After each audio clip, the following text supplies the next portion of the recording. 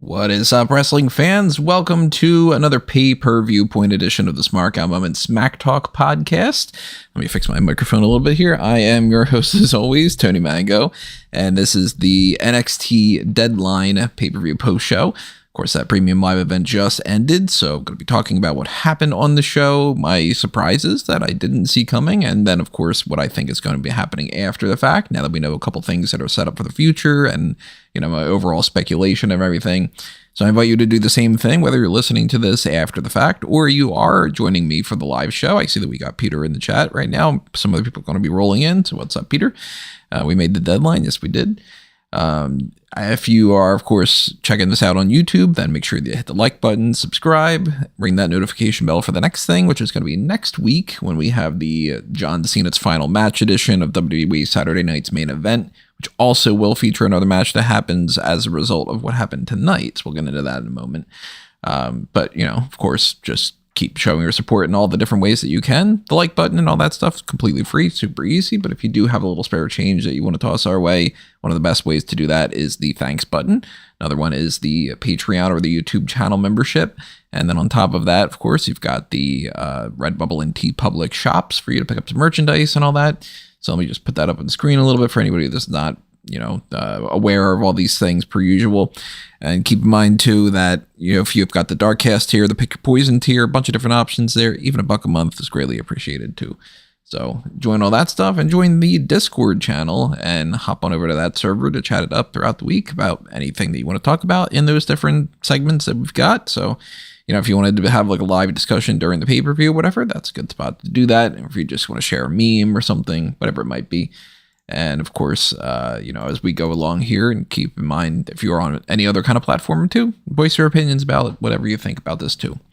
I see we got Josh in the chat too. One of the most fun endings to an NXT PLE. The ending is another one that I was not anticipating, to be honest. So, of course, we have an hour-long pre-show. Doesn't matter. Nothing happens in it. Mega Morant and Sam Roberts just talk. So, you know, whatever. But the first match of the night itself, you got Obafemi beating Ricky Saints to win back the NXT Championship. Now, the NXT Men's title was previously on Obafemi for, thinking it was 262 days is what they, I think, have him down for. And, you know, nearly holding it for an entire year when he dropped it to Ricky Saints. That made sense to me of like, okay, he had a really good reign for the belt. Yeah, you move on to the next guy. Sure. The only other person that's beaten Ricky Saints is Tony D'Angelo. And we're going to talk about him again at the end of this episode. Actually, I might as well just, you know, I'll bounce around and we don't have to go necessarily in sequential order. So Obafemi beats Ricky Saints, and I'm a little bit surprised about that because of a couple different reasons. One being, I was assuming that, you know, Ricky would retain, and I even said this on the predictions. I was like, I don't understand why they're doing this match, because I would think you don't need to have Obafemi get beaten again. But on top of that, they had announced on Friday, and we didn't get a chance to talk about this on the hot tags or anything, but they had announced that the winner of this match would go up against Cody Rhodes next week at Saturday Night's main event. And given the circumstances of the two options there, it's like, okay, well, is it either Obafemi, who wins the title in a situation where I don't think it would make sense because he's going to probably come up to the main roster soon, and does, you know, he lose the belt again to somebody else at what point, that kind of thing. But also, why would he be the one going up against Cody when Cody is really good friends with Ricky Saints? And lo and behold, Ricky Saints loses the title here, and I did not see that coming at all. I figured, on top of those elements, that they had set up Dion Lennox to be the guy to fight Obafemi. And spoiler alert on that front, Dion Lennox doesn't win the Iron Survivor Challenge. So my, like, okay, well, if it's going to be this person, it's that person, whatever, all this falls apart. So I am really batting very low on NXT predictions for this year. It's really kind of insane. But the setup for the NXT Championship, to then talk about what happens later with the Iron Survivor thing, we don't need to go through the entire, you know, so-and-so pin so-and-so. If you really, really want it, I guess I could say it right now. Leon Slater and Javon Evans start the match. Evans scores a point over Leon Slater. Miles Bourne had chosen to come out number 3 because he figured there's benefits to coming out number 1 and number 5. but there's disadvantages as well. So let me just go into the middle. Deion Lennox came out number 4. Lennox scored a point over Evans. Hendry came out next. Joe Hendry gets a point over Bourne. Slater pins Hendry. Bourne pins Lennox. Everybody's all tied up 1-1-1-1-1. And then Evans, in like a reference to last year, scores a pin over, was it Bourne? I think it was Bourne. Yeah, it was Bourne in the last couple seconds. Now, last year, the whole thing was Obafemi had 1 point ahead and Evans was tying it up, and he had about 5 seconds and was just not, it was like a couple seconds short of reaching over and getting the pinfall. And now, he had the same sort of similar situation going on, although it would have been a tie all the way around. He wouldn't have just lost. And I don't know if they would have gone in like sudden death or something. I feel like they haven't done that yet. I don't remember if they've done that with Iron Survivor Challenge yet, but they should at some point do a tie and then sudden death. If they might have done that already. Now I'm thinking about it. But the Evans win then now makes me go, okay, so maybe the plan isn't we put the belt on Ricky Saints, Obafemi comes up to the main roster, Saints holds the title up until, I don't know, May or something of 2026 and drops it to whoever. And then in the meantime, we push what other stars we want to push. Maybe the plan is we just want to come back to Evans again. And this becomes his like 5th time trying to get this championship. And he's had, I think, 3 matches with Obafemi that he keeps losing. And it keeps coming back to the same thing where I keep talking about, I don't like when they do this whole fascination with you can't win the title the first time. You have to just lose and lose and lose and lose until then you win it, and then that's the end of the story or anything. Or you have to lose once and then get the rematch a couple months later. Like, they really seem to like that. And every once in a while they change up the formula because I just, Ricky Saints didn't have a match against Obafemi first. He won that first match and then he loses this. So I'm not opposed to that, but I do think that Javon Evans is in a spot where if they don't give him the championship this time, what are you doing? And the big surprise at the end of the episode is Tony D'Angelo comes back. He's got a slightly different look. I'm assuming that was the hat all cut up and sent to Ava, and they just didn't really do a good job telling that story. But he shows up and he lays out Evans. So now we get another implication of, is it going to be another triple threat match? Is this, following the blueprint of Trick Williams and Javon Evans and Obafemi? Are we just swapping Trick out for Tony D'Angelo? Tony D'Angelo is the only other person other than Ricky Saints that beat Obafemi, though. And he, beat him for the NXT North American Championship. He retained the title over him. So there's a story to tell there where if they want to go with the, Obafemi retains and then has Tony D'Angelo working in, towards a title shot, maybe they do that for Vengeance Day, but then you have to beat Evans. And I don't think that you should beat Evans on this thing. I also don't think that you should play around with it by having Tony D'Angelo come out and cost the match and it's like a double DQ or something, and then you have to drag it out to a triple threat and do another thing or whatever. Nor do I think that Tony D'Angelo should cost Evans and then get a title match on his own and then do a triple threat or anything. I think that you should just put the belt on Javon Evans.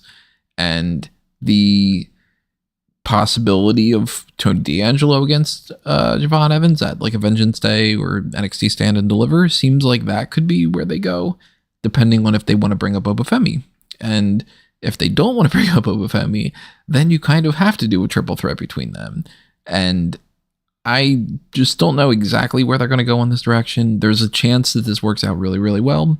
And there's also a chance that, Obafemi and Tony D'Angelo and especially Javon Evans and also even Ricky Saints could all kind of look worse based off of where they go in this. And Deion Lennox doesn't win, so he just gave up that tag team title for no reason, really. Leon Slater, Joe Hendry, Miles Bourne, they all scored a point. I'd say that's perfectly fine. Not everybody wins every match because there has to be one winner. So after the men's Survivor Challenge stuff on all the main event and stuff, we got to go back and we got to talk about the other things. So I guess I'll go in reverse. Izzy Dame beat Tatum Paxley. It's the match that you should like skip over if you're going to skip over anything.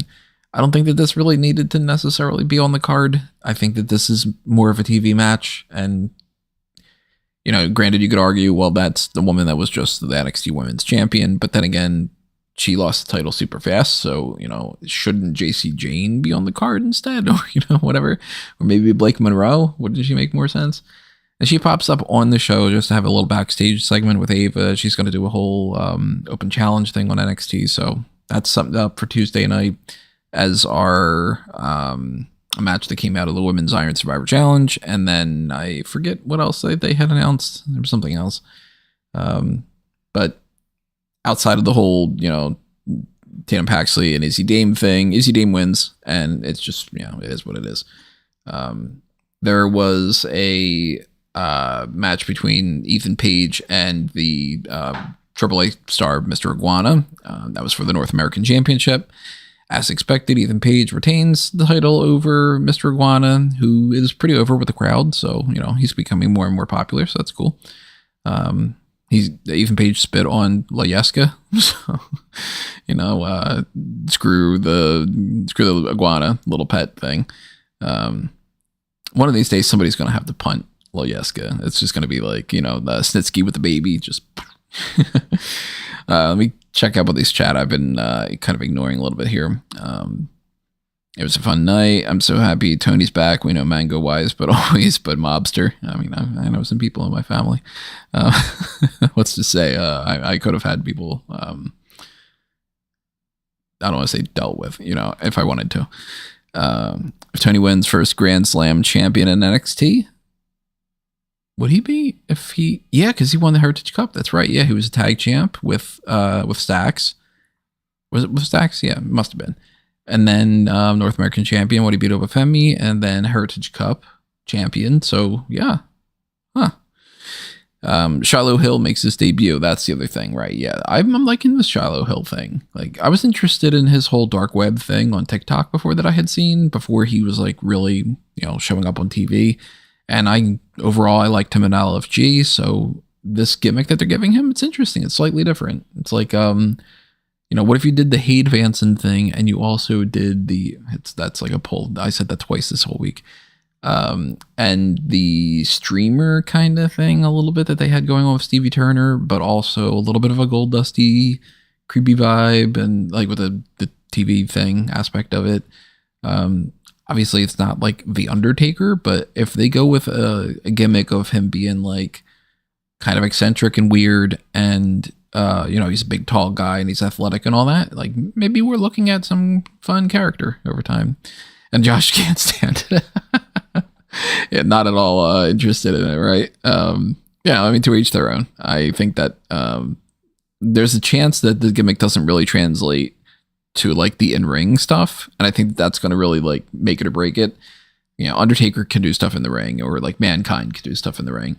I don't know if Shiloh being like, I've got somebody's tooth in my head is going to translate to something between the ropes, but you know, I'm entertained enough.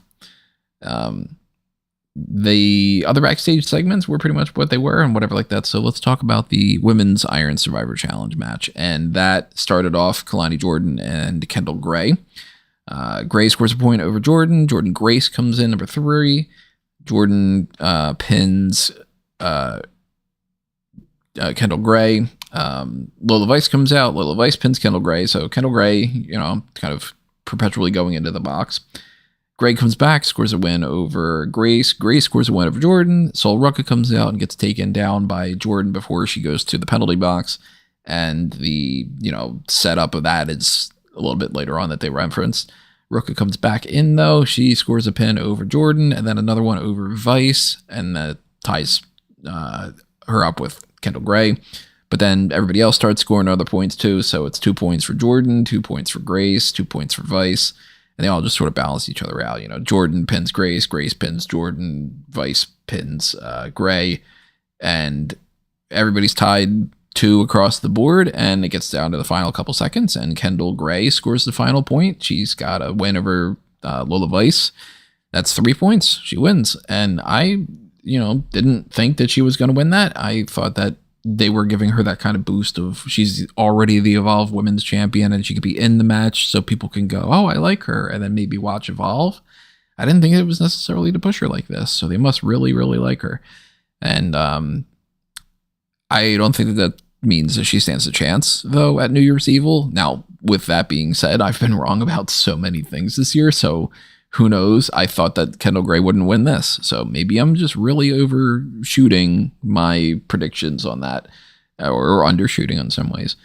And, Kendall Gray could win JC Jane's title, but I'm thinking more than likely JC retains. That all happens on January 6th for the New Year's Evil edition of NXT, so we're going to find out then. But the other setup of like everything else is going on. Like, I don't know where they're necessarily going with D'Angelo. I don't know where they're going with who the next person's going to challenge Ethan Page, or, who will do the open challenge for Blake Monroe. There was a point in that where they were like stressing the idea of an open challenge means it could be anybody. So I don't know, maybe somebody from the main roster pops up or something. But they also had set up a thing with Sol Ruka being annoyed, and Sol Ruka and Zarya are still having her issues. Sol Ruka is saying that if she would have just been in the match the entire time, and if her leg would have been 100%, then she would have won. And Ren Sinclair stands up for Kendall. So I'm assuming we're going to get an announcement of Sol Ruka versus Ren Sinclair, and then that's going to be like, you see, I beat your friend, so that means that I should get the next, shot over you. And then, we got to kill some time before January 6th. So in the meantime, maybe it's Kendall Gray feuding a little bit with Sol Ruka, and then that works in with the Zarya thing. Maybe Zarya turns on Sol Ruka then, or whatever it might be. I don't know. I think we'll get that over the next couple weeks, and then Kendall Gray loses to JC Jane, I guess. I don't know. Josh saying, I went for Sol to win this. Happy for Kendall, though. She's great. I was assuming that Sol Ruka will win it, too, and then she would lose based off of something with Zarya. And, they could turn things around and do that at Vengeance Day or something, but I think that's the next one that they had announced was Vengeance Day, but I don't actually remember for sure if they did fully announce that. So, they'll come around to it at some point. And we got some episodes that are going to be taped pretty soon. I think that it's like this next week's live, and then I think the week afterward they record like 3 episodes. So, eventually we're going to find out some of this stuff, and it's going to be like spoiler heavy, but we'll talk about that on a future episode of the Hot Tags. But yeah, this is, the overall scope of this pay-per-view. I thought it was good. I would probably swap out the Izzy Damon Tatum Paxley match for something else if I wanted to make it like an overall better card, but thumbs up. Oh, man. When do you think Javon gets his shot? He wants it before the 6th. Oh, he said that? If he said that, then they might be looking of doing something, another like schmaz ending thing, and it's like Tony D'Angelo gets involved, and then maybe it's going to be Tony D in the mix at New Year's Evil. I saw the graphic and it just said New Year's Evil thing, so I'm assuming that they just kept it. But it's not like they haven't had people win the Royal Rumble and challenge for the title before WrestleMania, or whatever it might be.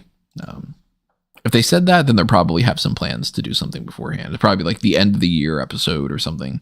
Or, well, no, they wouldn't do that, because that would end up being the episode that they would tape.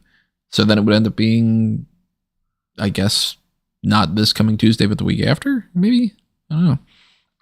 We'll figure that out. Keep in mind, though, too, if you want to show your support across the board here, check out the link tree at amangotree.com or anthonymango.com, and you can find all the different things that you should be following, including the Smark Moment links, the Fanboys Anonymous links, and, of course, my own at Tony Mango. And, check out the Fanboys Anonymous stuff there. Check out the Darkcast, and stay tuned for more updates on the Fantasy League. But at least as far as NXT Deadline's concerned, and the post-show and everything like that for this episode, that's going to do me in. So thank you for joining the live chat. Thank you for joining the chat after the fact. And thank you for your comments below and all that good stuff.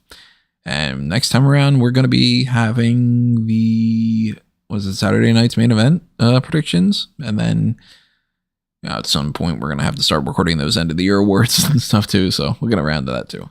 Adios for now, though, everybody. This has been another Smark Out moment, and I am being counted out.